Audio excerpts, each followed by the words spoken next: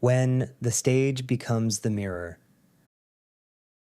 I remember sitting in a darkened theater a few years ago, watching a play about a family splintering under the weight of an unnamed ecological catastrophe. Outside the theater, the world felt similarly shaky: fires on the news, floods in places they shouldn't be, a low grade hum of anxiety in the air. But inside, something else was happening. It wasn't escapism, it was the opposite. It was a focused, almost sacred act of looking directly at the thing we all felt but rarely named. We talk about theater as a mirror to society, but that feels too passive. A mirror just shows you what's already there. What I felt in that room, and what I've felt so many times since, is more like a conversation. It's a space where the unspoken worries of the world are given a name, a body, and a story. The stage doesn't just reflect our reality, it actively processes it, grappling with the tensions we haven't yet found the words for in our own lives. It's the invisible work of a culture, taking the chaos and strain of the present moment and trying to make sense of it, one story at a time. The room where it happens first. Long before an audience feels the resonance of a performance, the anxieties of the world have already permeated the creative process. A rehearsal room isn't a sterile bubble, it's a barometer. The questions that are consuming us as a society about technology, justice, our climate, our future, don't get checked at the door. They become the raw material for the work itself, shaping the conversations, the choices, and the very texture of the play being built. The choice of what story to tell is itself a form of cultural diagnosis. A theater season isn't just a random collection of plays, it's a statement about what questions are urgent right now. When theaters across the country start staging plays about artificial intelligence or community fragmentation, it's not a coincidence. It's a sign that these are the threads our creative leaders are pulling, trying to untangle something they feel in the collective consciousness.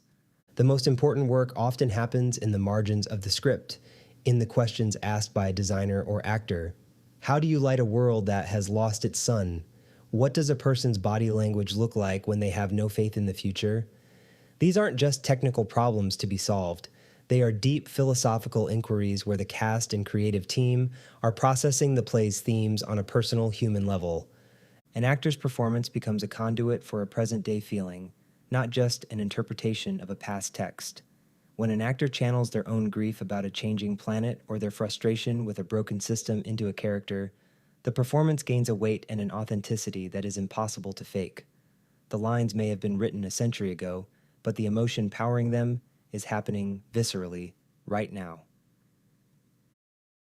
The collective inhale.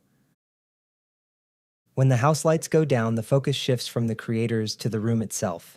An audience isn't a collection of passive individuals. It's a temporary community, a single organism breathing together in the dark. That shared energy is where the final piece of the work is forged. The silence in a theater is never empty. It's filled with attention, with memory, with the collective processing of what's unfolding on stage. We aren't just watching, we are participating in an act of shared sense-making. There's a specific quality of silence in a theater when a play touches a raw, collective nerve. It's not just quiet, it's a dense, charged atmosphere, the sound of hundreds of people realizing the same difficult truth at once. This collective inhale is a form of acknowledgement, a shared moment of saying, yes, this is true, without a single word being spoken. A powerful play provides a shared vocabulary for experiences that were previously isolating or abstract. You walk out of a play about gentrification or digital loneliness, and suddenly, you and the friend you went with have a new set of images and metaphors to discuss something that, an hour before, felt too big or too nebulous to grab onto. The story gives the problem a handle. The way a performance lands, or doesn't, is its own form of data about our society. A joke that gets a huge laugh in New York but is met with crickets in Omaha tells you something about regional anxieties. The moments that make one audience uncomfortable might be the very moments that make another feel seen, revealing the fault lines and pressures shaping different communities. When the reflection stays with you. The curtain call isn't the end, it's the handoff. The most vital theater doesn't just show you something, it changes the way you see everything else. You walk out of the darkened room and back into the bright, messy world, but you're carrying a piece of the play with you. It becomes a new lens, a new filter, a quiet hum beneath the surface of your own life. The conversation that started on the stage continues inside you. A single image or line from a play can become a mental touchstone you return to again and again. That image can reframe how you read a news headline or listen to a political speech, giving you a deeper emotional context for the abstract information you're constantly fed. It's not just information, it's meaning. The best theater doesn't offer neat answers or tidy solutions. It equips us with better questions. You don't leave a great play about climate change with a 10-point plan, but you might leave with a profoundly altered sense of what is at stake.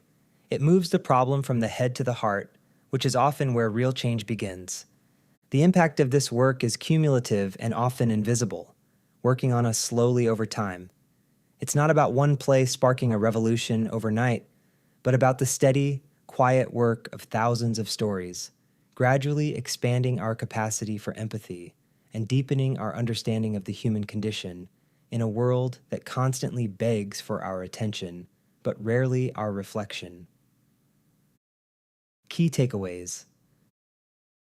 Theater is not an escape from reality, but a dedicated space to process it with intention, giving form to our collective anxieties. The creative process itself, from play selection to rehearsal, is often where societal tensions are first articulated and explored by a culture.